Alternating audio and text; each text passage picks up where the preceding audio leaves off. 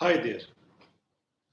Now, when we talk about the beneficiaries of Russia-Ukraine crisis, most people do not talk about one of the biggest beneficiary, and that is Chinese arm industry, the Chinese defense manufacturing complex.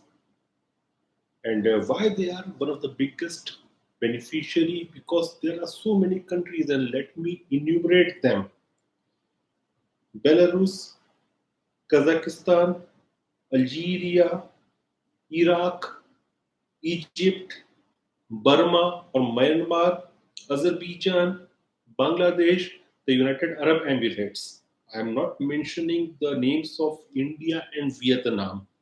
And these are the countries which buy huge quantities of Russian weaponry. And why I am not using the name of or not quoting the name of Vietnam and India, it is for obvious reasons because India is not going to buy Chinese arms. India is not going to replace Russia from China. And same goes there for Vietnam as well. And this is because of territorial issues, boundary issues between India, China, as well as China, Vietnam. And both of these countries had war with China. So, apart from these two countries, all of these countries, or most of these countries, who are buying arms and ammunition from Russia buy that arm because of two reasons. Number one, Russian arm is comparatively cheaper, much cheaper as compared to American or French or other Western arms. Plus, Russia also share technology. They also promote the local manufacturing of those arms, like as in the case of India. India and Russia has developed BrahMos missile, which is one of the finest of the supersonic missiles. And right now, India and Russia are also working on the advanced version of these BrahMos, that is hypersonic missiles. And already Philippines is buying this from India. I think Saudi Arabia and United Arab Emirates may also go for that. Even Vietnam may go for that. So Russian weapon is considerably cheaper. They also share technologies. Plus, it comes without string attached. And what strings attached? Because Western weapons, particularly those of United States of America, they come with strings attached with them. Like in case of United Arab Emirates, we have seen that the F-35 fighter jets deal was going on, but so many clause were there, so many strings were attached which were geopolitical or geo-economic in character, that finally the United Arab Emirates went for French Rafale and they dumped the deal of F-35 fighter jets.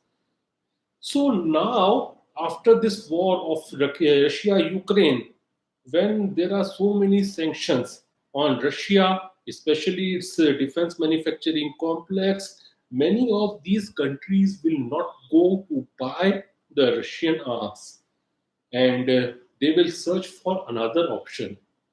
And another option can be the Chinese weaponry, the Chinese defense manufacturing complex. One, because it also comes without any geopolitical or geo-economic strings attached with it, unlike the United States arms and ammunition.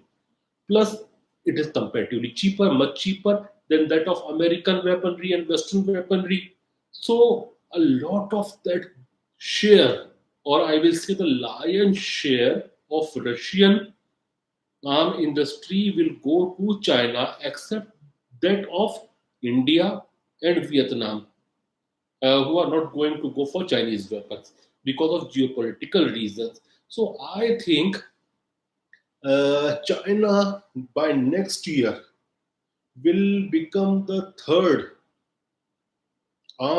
exporting countries. Like in the last survey or the last report of CIPRI, the number one share was going to United States, which was 38.6%, followed by Russia, which was 18.6%, followed by France that was 10.7%, and fourth candidate in the row was China with 4.6 percentage of total world export share of weapons. So now I think the third will be China. China can replace France. So it's high time, especially for United States of America, that they must twice think about these sanctions, because they may win the battle with Russia, but the war which is going on is between West democracies and China. So, to win a battle, West should not, and particularly America, should not jeopardize the war.